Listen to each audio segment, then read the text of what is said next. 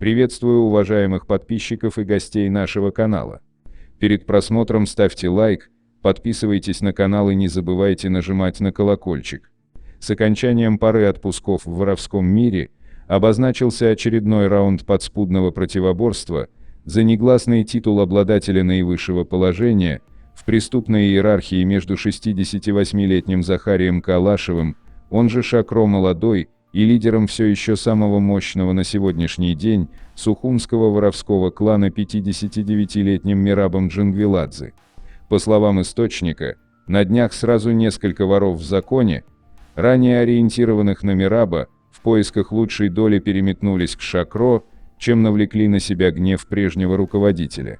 Не секрет, что главным и зачастую единственным существенным доходом большинства современных воров в законе являются добровольно-принудительные пожертвования российских зэков.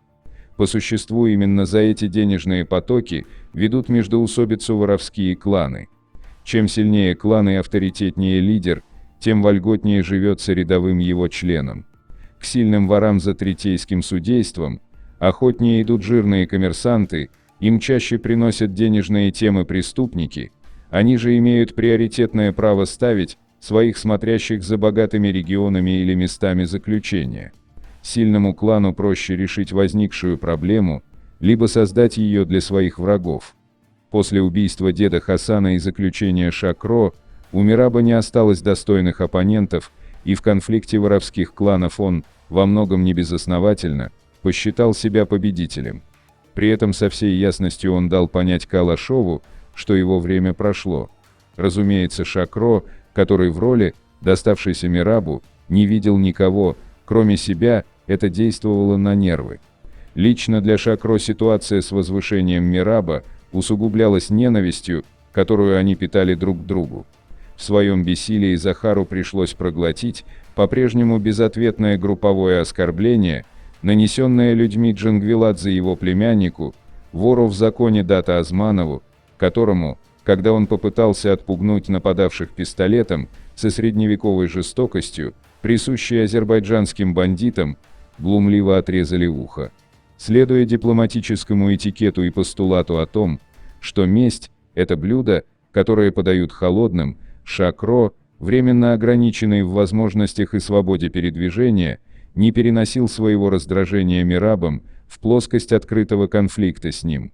Доступными ему методами холодной войны Захар, действуя через третьих лиц, кропотливо работал на подрыв авторитета Мераба и тайно вербовал его сторонников.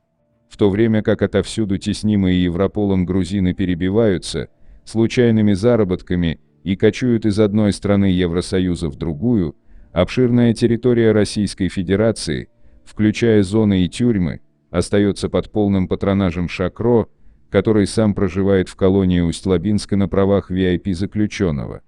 Пока Шакро томится на нарах, распорядителем от его имени на воле является 57-летний Бадрик Агуашвили, который за достойное прохождение Краслага оставлен силовиками в Москве на положении главпахана. Говорят, именно усилиями Бадри несколько его земляков из Кутаиси, включая Жоржикича, Сапотию и Дзниладзе, ушли от Мераба на сторону Шакро. Толчком к окончательному разрыву их отношений послужила недавняя распря армянских воров в законе Артема Саратовского и Айко Астраханского, которая была урегулирована без участия мерабовских, несмотря на то, что Артем был из их круга. Обруганный за это Мерабом Саратовский также устремил свои взоры к Шакро. А причастные к решению его конфликта воры Сапотия, Корсагия и Пирадзе ранее уже находились в Польше на содержании приближенного к Шакро вора в законе циркача, пока его не задержали и не выдали России, поэтому отход от Джангвиладзе особой моральной дилеммой для них не стал. Равно как и для закадычного приятеля Бадри, Рамаза Дзниладзе, который посредством того же циркача был восстановлен Шакро в правах спустя 6 лет после их приостановки дедовскими за симпатии к Аниане. Еще одной знаковой фигурой, отколовшейся от Мераба и дрейфующей в направлении Шакро, стал 39-летний вор в законе из Батуми Миндия Горадзе, Сирич Лавасоглы.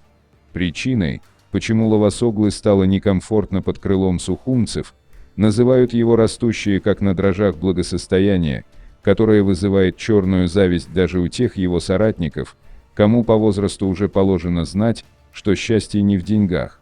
Не секрет, что мирабовские слывут поборниками старых традиций, которые зачастую несовместимы с образом жизни и ходом мысли многих, кто по старинке именует себя вором, но на деле давно им не является.